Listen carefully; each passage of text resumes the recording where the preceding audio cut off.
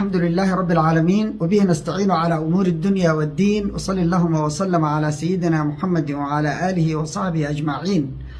أسعد الله صباحكم ومساءكم ولياليكم أينما كنتم وحيثما حللتم ولا الله سومالي ميلة جوجتان بإله سبحانه وتعالى إذا ما يلو عدي بندبك الله كقاضو عدي دن لا الله وفيه انت بهن الله ديقو انت بكتا الله بكسيو انتي دمتي الله ونحريستو والدين تان الله ونحريستو نغن الله نوغدا ونحريستو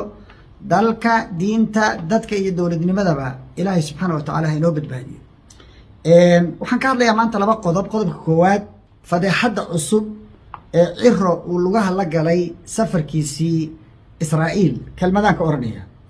qodobka labaad dhalinyarada laga qabqabtay Puntland la leeyahay qaarkood waaba la tarxiilay ee waxa loo tarxiilay Ethiopia iyaduna maxay daaran tahay iyaduna kelmadaan ka oranaya. ciro wuxuu tagay Israa'iil wuxuu tagayaa inta la og yahay oo jadwalka la shaaciyay oo aan helnay ku jira 3 arrimood buu ka qayb galaya. safaaradii Qudus buu ka furanaya kelmadaan ka oran doona. qodobka labaad wuxuu booqan doonaa qabrigii gaalkii weynaa ee Yahuudiga ahaa ee aasaasay Zionismka isla markaasna helay fikirka la yiraahdo in la dhiso qaran ama dal ay leedahay Israa'iil ama Zionism uu xukumo oo Yahuudu ay degan tahay in la dhiso oo laga dhiso wadnaha iyo beerka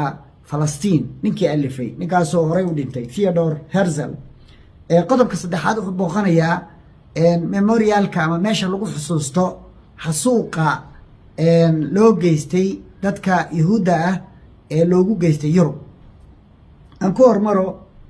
Qudus ninka la yiraahdo ciro ma qaan faraha laga hayaa intay la egyihiin laakiin waa nin loo bahdilayo si aan dadkii hore oo Israa'iil taageeray aan loo bahdilin oo imaaraadku ka mid yahay ilaa ay hadda wadanka kaliya oo muslina oo magac islaam leh oo sheegtay inay ka furanayaan Qudus safaarad oo ugu horeeyay baanu noqonay haddaan nahay Soomaali. cira inoo soo qaaday taariikhda madow taariikh foolxun madow diin la'aan iyo kufri ku dhisan ilaahay lagaga dheeraanayo. Zionismka aragtidiisa waxa ku jirta Bayt al-Maqdis in la dumiyo. aragtidaas haddaa ictiraaftay waxaad aqbashay masjidkii ilaahay oo uu nabigu yiri sallallahu alayhi wasallam la tushaddu ar-rihalu illa ila 3 masaajid oo uu mid kamid yahay ajarka salaada lagu tukadaana ay ka badan tahay masaajidada kale marka laga reebo Madiino iyo Makka. in la dumiyo haddaad qayb ka tahay raalli ka tahay muslimiintuna ay xoreyn jireen oo ma garanaysaa waa muctasimaha iyo taariikhii la yaqaanay Salahuddin al-Ayyubi iyo Umar ibn Khattab radiyallahu anhu amirul mu'minin oo saxaabi ahaa furashadii uu furtay iyo waxaasoo dhan haddaysan macna agtaada ka lahayn hadda diinta haysato iyo wadada ku socoto waad garan kartaa. nabigu sallallahu alayhi wasallam wuxuu yiri المرء مع من أحب يوم القيامة. قفك وحال رسو حشرينيا عدة وجعليها آخره عدي جعل مقرانيسا زيونيزم هذا يقال رسو حشرينيا عدي دين إسلام جعلنا يقال رسو حشرينيا. كلمة داس مركا قدس فضيحات أن فضيحة دي كوينين عد لقولك عاي إساق كهر ريسانا أي سنجرين سومالي تاريخ بيرادا حكم دها عد قوريد لما قاتو waxaa ka mid ahaa waad dhimanaysaa waad baahan tahay baktiga looma cuno. waxaa ka mid ah haddaad dhimanaysana dhareerka waa la iska duwaa. waxaa ka mid ahaa waa la doogina yaan la dacaroon. intaas oo dhammi waxay ku salaysan tahay qofka muslimka ah ee Soomaaliga ah inuu qab leeyahay inuu iskala weyn yahay inuu isliido sharaftiisa iyo karaamadiisa iyo qabkiisana uu siisto waxyaro adduunyaa. waana waxa uu nabigu ka hadlay sallallahu alayhi wasallam yabiicu diinahu bi'arad min ad-dunya yasir. aakhiritaanka waxa la arki doonaa aakhiru zamaanka dad diintooda siisanaya xogaa yar oo adduunyaa arad min ad-dunya bandhig adduunyo yar xogaa dhaldhalaala buu siisanaya itiraaf diintiisii buu ku gadanayaa wax aan looba jeedin lana taaban karin itiraaf la yiraahdo ma ujeeda hadday itiraaf ahaan lahayd maxay ka dhimay. qodobka waa ka qodobka labaad waa booqashada qabriga gaalka. gaalada qabuurtooda horta diin ahaan ma la booqan karaa